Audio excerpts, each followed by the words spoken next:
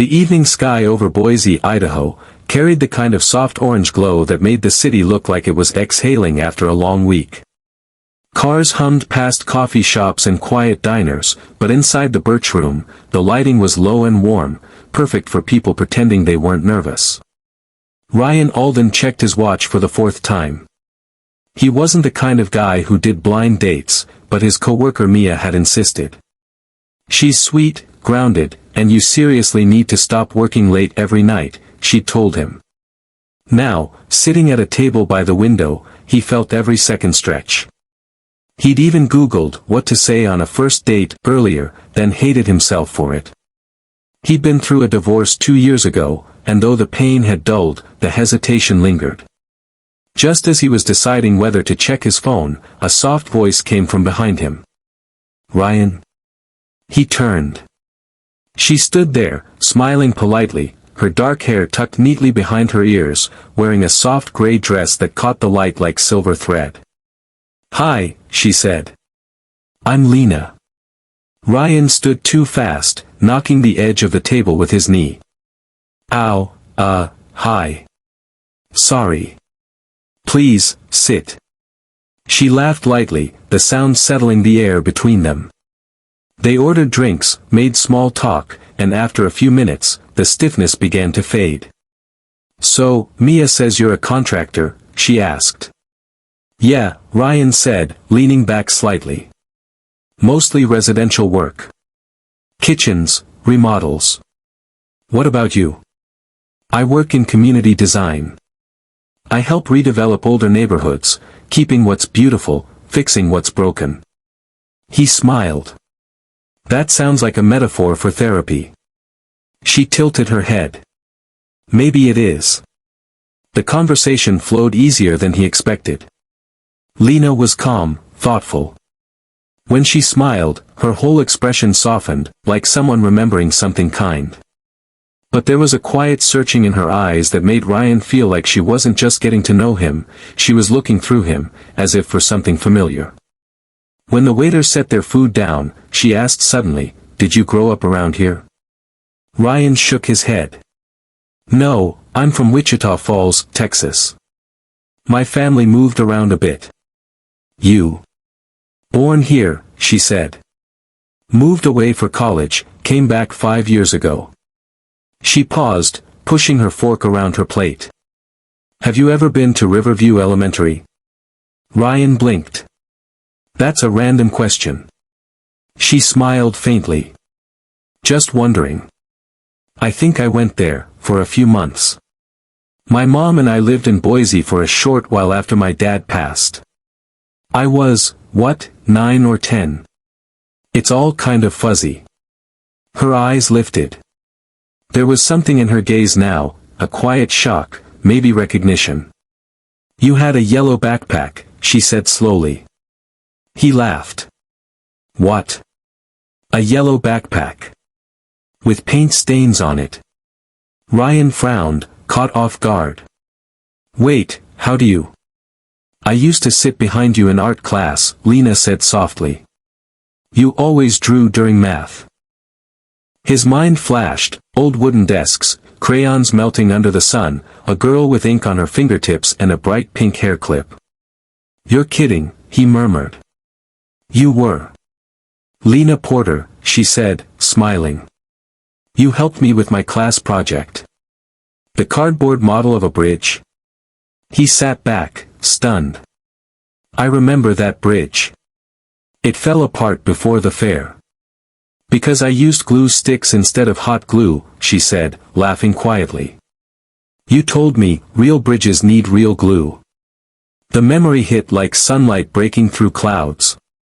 That little classroom, her shy smile, the teacher who smelled like chalk, it all came rushing back. "I can't believe this," Ryan said. "That was, 3rd grade?" "4th, she corrected.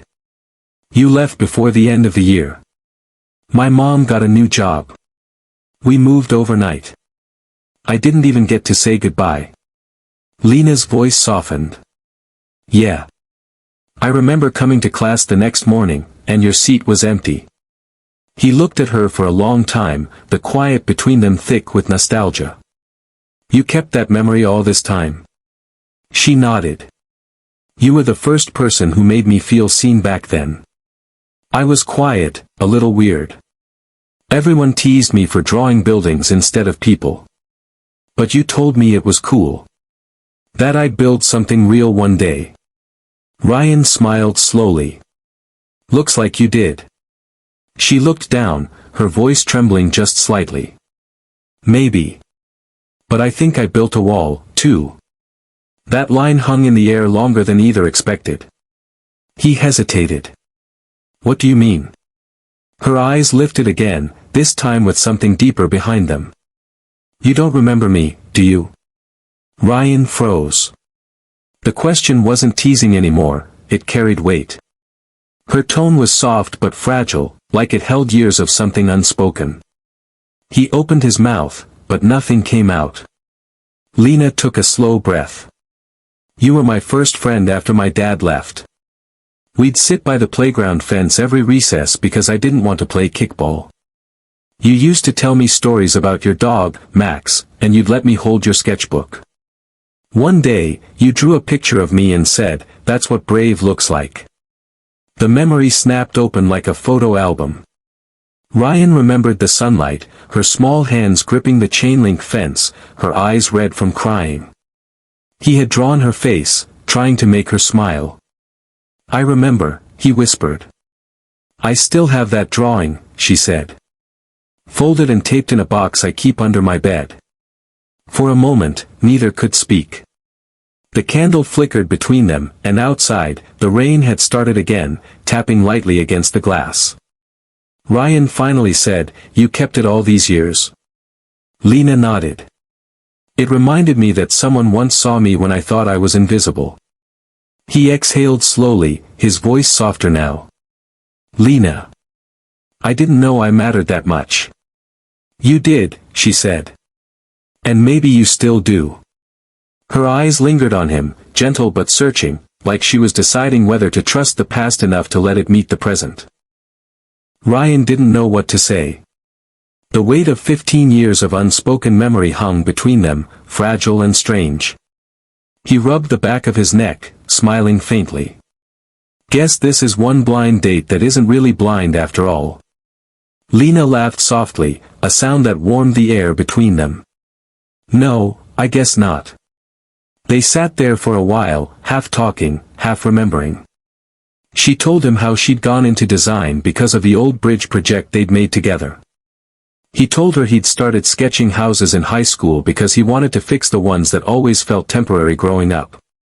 They found the kind of easy rhythm that happens when two people realize they've already shared a lifetime of moments, even if they've forgotten some of them. After dinner they stepped outside. The rain had stopped, leaving the streets shining like glass. The air smelled of pine and wet pavement. Can I walk you to your car? Ryan asked. She smiled. Sure. They walked slowly, past the bookstore and the bakery with the neon "Open Late" sign. Every few steps, Ryan would glance at her, still half disbelieving that this was really happening.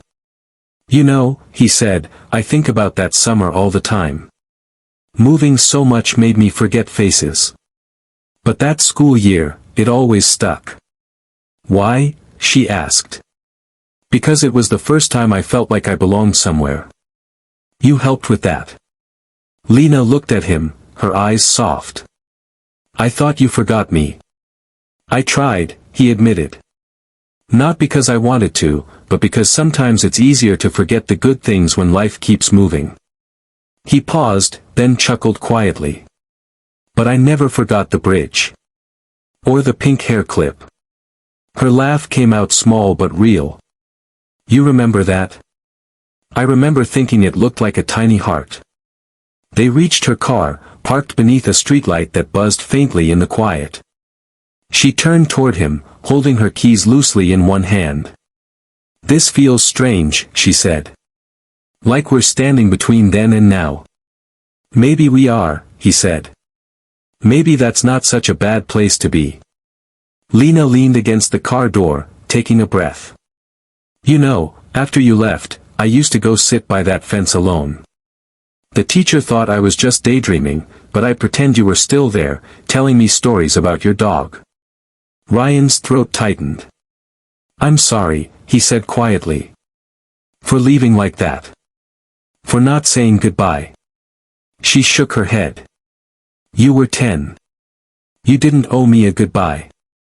I think I did, he said, eyes lowering. You were the first person who ever made me want to stay somewhere. The words came out before he could stop them, and for a moment neither moved. Then Lena took a small step closer. The rain had left tiny beads of water on her hair, the streetlight turned them gold. I don't know what this is, she said softly, or why we met again now. But I'd like to find out. Ryan looked at her, and something inside him loosened, the part that had been afraid to start over, afraid to trust timing again. Me too, he said.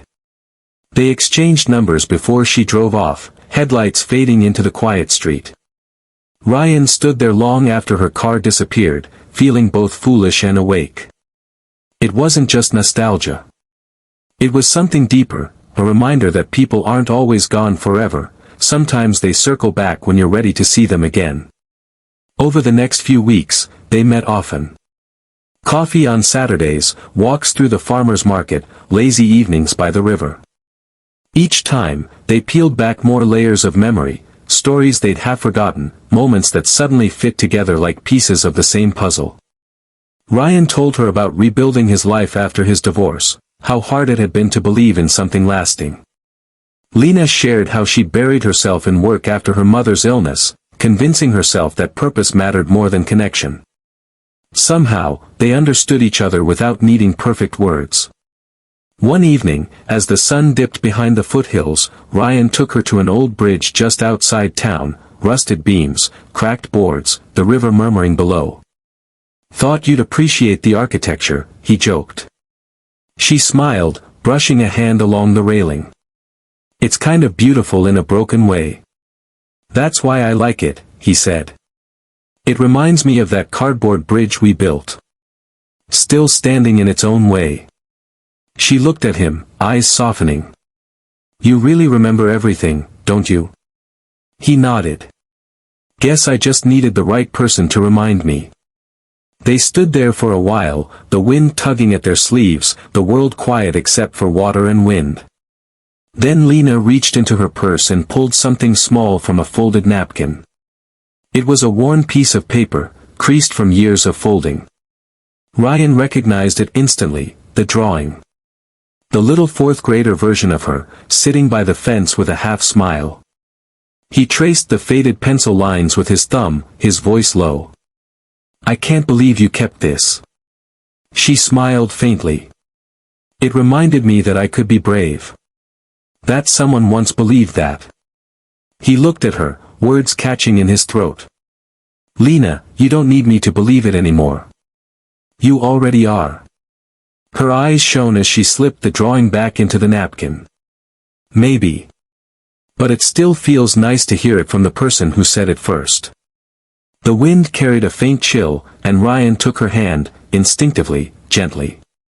She didn't pull away. Do you think we get second chances? He asked. Lena's gaze met his. I think we do, she said. But only if we recognize them when they're sitting right in front of us. He smiled. Guess I finally learned to remember. She squeezed his hand. Guess I finally learned to let someone stay. As the light faded, they stood together on that bridge, two people who had once built something small out of cardboard and glue, now building something far more fragile and far more real, trust, forgiveness, maybe even love. And somewhere in the quiet between them, it felt like the past exhaled, finally at peace.